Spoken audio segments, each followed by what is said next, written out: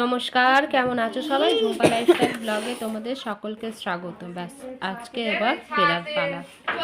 হয়ে গেল, থাকলাম, মনটা একদম মানছে না, যেন মনে হচ্ছে আরো 2 দিন থেকে গেলে ভালো হতো, কিন্তু কিছু উপায় নেই। বরের কাজ আছে, দিদিরা থাকবে, যেহেতু দিদি শনিবার এসছে আর ও হচ্ছে সোমবার বাড়ি যাবে। তো আমি তো একদিন আগে গেছিলাম, আজকে আমার বাড়ি ফেরার পালা।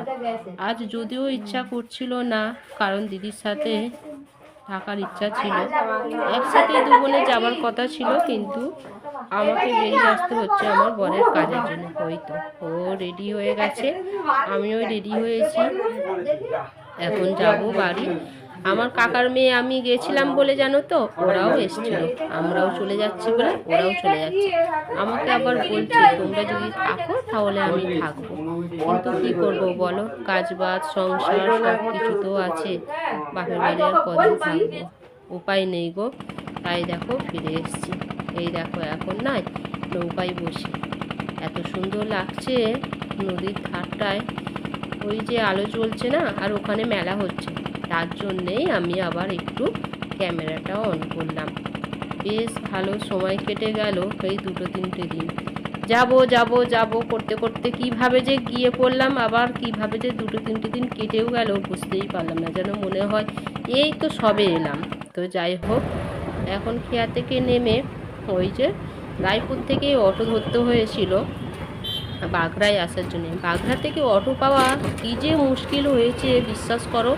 আধা ঘন্টার ওপর ওখানে লাইনে দাঁড়িয়েছিলাম, কোনো অটোই আর ঠাকুর পুকুর আসছে না। তারপর ওখান থেকে বাগড়া থেকে জোকার অটো ধরে এখন জোকার উদ্দেশ্যে রওনা দিয়েছি। ওখান থেকে এখন যাব চৌরাস্তায়। এই তো বাড়ি চলে এসেছি আজকে। তার পরের দিনে আবার ওই সকাল থেকে ব্লগটা শুরু করলাম, যেহেতু ওইটুকু সময় ব্লগ বানিয়েছিলাম, অনেকটা সময়, ওই 2-3 মিনিটের ভিডিও হয়েছিল, তার জন্যে আবার সকালে শুরু করলাম। আজ ইচ্ছা ছিল না ব্লগ বানানোর। ওইদিকে জামা কাপড়গুলো কাচা হয়নি, জোর করে রেখে দিয়েছি, চাদরটা চেঞ্জ করেছি, কম্বলটা ভাঁজ করা হয়নি। এখন এখানে আমি একটু চা বানিয়ে নিয়েছি, ঘর মোছা হয়ে গেছে, জামা কাপড়গুলো কাচলে হয়ে যাবে। আর একটু দেখো গোলা রুটি বানিয়ে নেবো একটা, ওই চা দিয়ে খাবো। এখানে মাছ এনেছি, মাছগুলো নিয়ে এসে ওই ঢাকা দিয়ে রেখে দিয়েছি। কোনো কাজ আর গায়ে লাগছে না, কি বলবো তোমাদের, মনটা শুধু ওই দিকেই পড়ে আছে। এই তো যাব ভাবলাম, কিভাবে কেটে গেল বলো। ওই দেখো 3 রকমের মাছ এনেছি, এই ভুসো চিংড়িটা একটু সবজি দিয়ে করব, আর এদিকেই 2 রকমের মাছ আছে, 4 পিস করে, ওইটা হবে 2 দিনের। ভাত বসিয়ে দিলাম, ওইদিকে মাছ ধোয়া হয়ে গেছে, স্নান সব কিছু সেরে নিয়েছি, পুজো হয়ে গেছে, মাছে নুন হলুদ মাখিয়ে রেখেছি, এখন বসিয়ে দেবো এবার রান্নাটা। আর এখন আজকে ভোলা মাছটা করব, আর ওই ভুসো চিংড়ি দিয়ে সবজিটা বানাবো। তো সাইটিং মাছটা আমি ফ্রিজে রেখে দিয়েছি, এখন দেখো রান্নাটাও বসিয়ে দিলাম। মনমরা হয়ে রান্না করছি, একটু মুখে যেন হাসি নেই। তো একটু গল্প করছিলাম আবার ওই একটা বোনের সাথে, মানে ননদ হয়, ওর সাথে গল্প করতে করতে রান্না করছিলাম, তাও যেন মনটা সেদিকেই পড়ে আছে।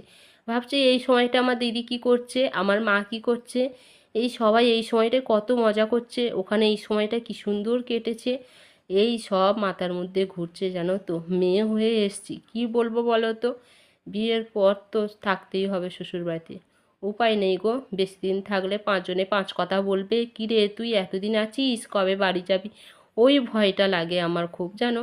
একবার এরকম হয়েছিল লকডাউনের সময় না, আমি কাজ ছিল না তখন, আমার বরের কাজটা বন্ধ ছিল, তো সেই জন্যে বেশ ভালোই সময় ছিল বলে মা বললো কটা দিন থাক না। ও মা থেকেছিলাম, তো পাশে একটা কাকিমা জিজ্ঞাসা করছে, কী রে তুই কি পরের বছর একেবারে ষষ্ঠী কাটিয়ে বাড়ি ফিরবি? ষষ্ঠীর সময় গেছিলাম, সেই সময় তো লকডাউন ছিল, তো মনটা কেমন খারাপ হয়ে গেছিলো, এ মা আজ যদি আমি ছেলে হতাম তাহলে যদি এখানে থাকতাম হয়তো কেউ এই প্রশ্নটা করতো না বলো, মেয়ে তো কোনো উপায় নেই। তারপর মনটা খারাপ হয়ে গেছিলো, মাকে বলেছিলাম, মা আবার রাগারাগি করছিল, বলে না কেন বলবে, তাই বলে বাদ দাও না, বলেছে তো কি হয়েছে, আমার মনটা আবার ঠিক হয়ে গেছে, বাদ দাও। এরকম হয়েছিল আমার সাথে কোনো দিন, তারপর ওই 2 দিন 3 দিন 4 দিন এরকম থাকি, এর বেশি কোনো দিন থাকি না। একাও গিয়ে থাকি না কোনো দিন, একা গিয়ে তো কোনো দিন থাকি না, কারণ আমার বর ওইটা আবার পছন্দ করে না, যাও সাথে আসো, এটাই। চলো আজকের ব্লগটা এই অবধি, দেখা হবে পরের ব্লগে, ভালো থাকবে।